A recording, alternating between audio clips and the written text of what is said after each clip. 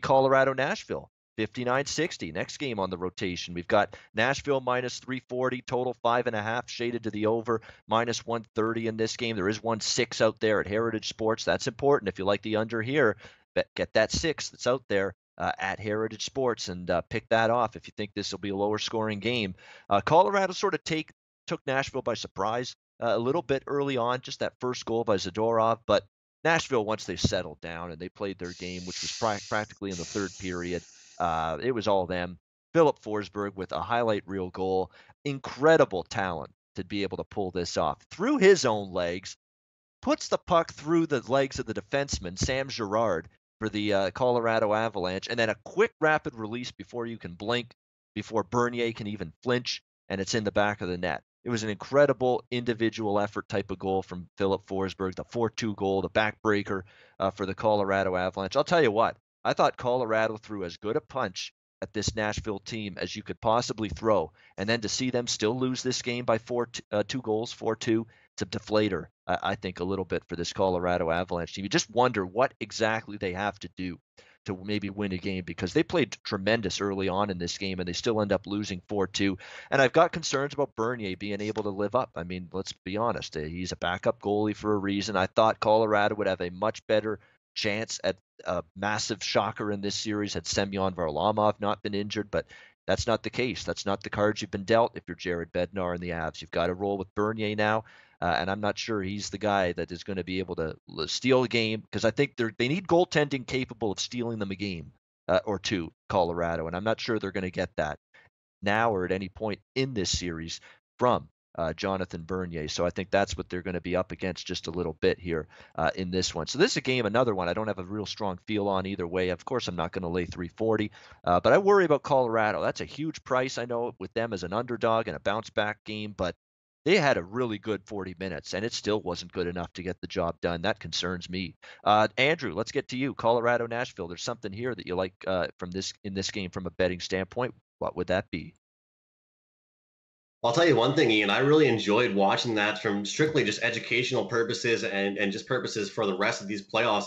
Seeing the way that the Predators responded to that start for the Avalanche. I mean, like you said, they threw the biggest punch that they could possible at this Predators team, and all of a sudden it just wasn't enough. And part of the reason we have to think about, and I love how Dana mentioned like adjustments there and stuff like that, because we don't really know what Colorado's going to be able to do to try and counter this powerful offense that is the Nashville Predators. But I just think that these guys like McKinnon, Landeskog, they're using so much energy defensively, whether people see it or not.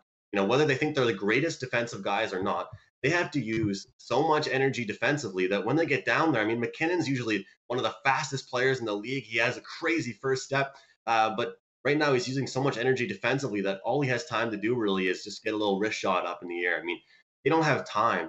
This Predators team is going to win the Cup Finals. They've got so much depth, and you get through the neutral zone, and all of a sudden you're facing some of the best defensemen in the league. I mean, even the best guys on this Avalanche team just don't have enough. They're too tired once they get into that offensive zone. They don't have the space to create. They don't feel as confident. They don't really have that that hop to their step. I mean, once they get by, the defenseman, then all of a sudden it's Rene having an excellent game and he looks playoff ready. But more importantly, guys, let's look at these defensive pairings. I mean, Samuel Girard, he was an excellent defenseman all year. I mean, hats off to him.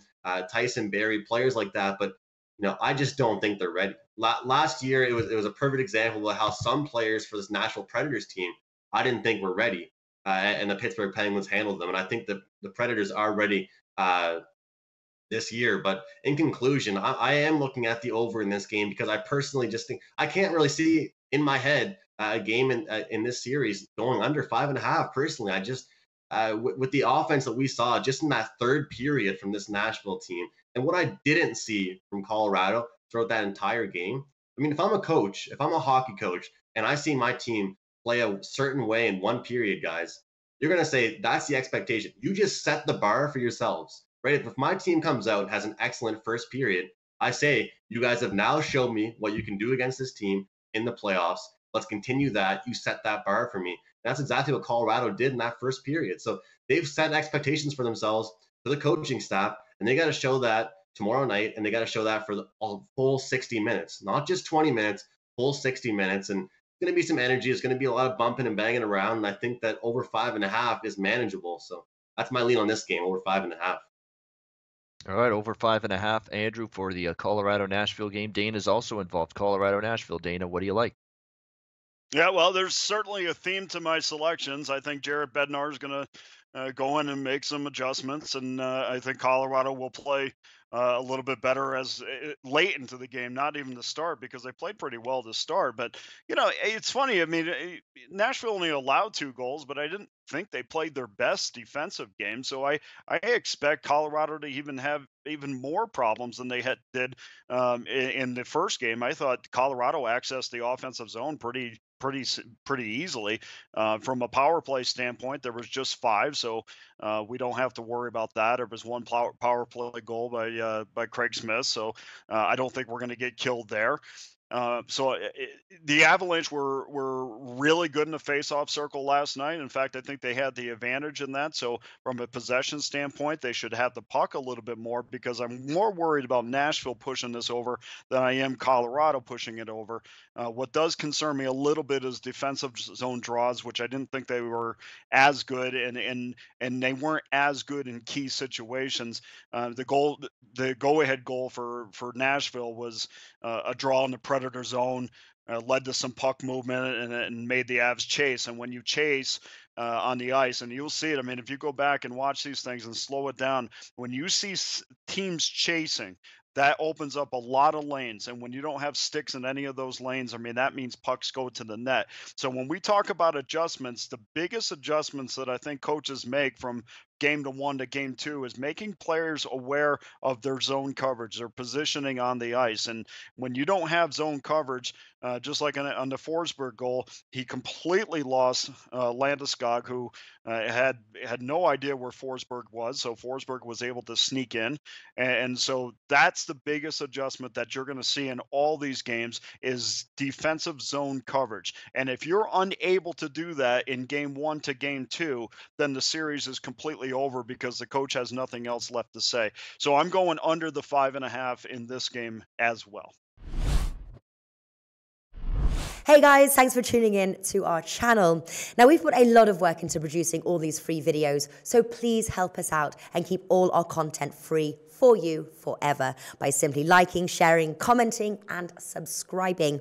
Now, not to mention, a visit to our industry-leading website will warm the hearts of all our SBR employees, especially myself. Now, the links are over there to the left, so do check those out. Thanks for watching.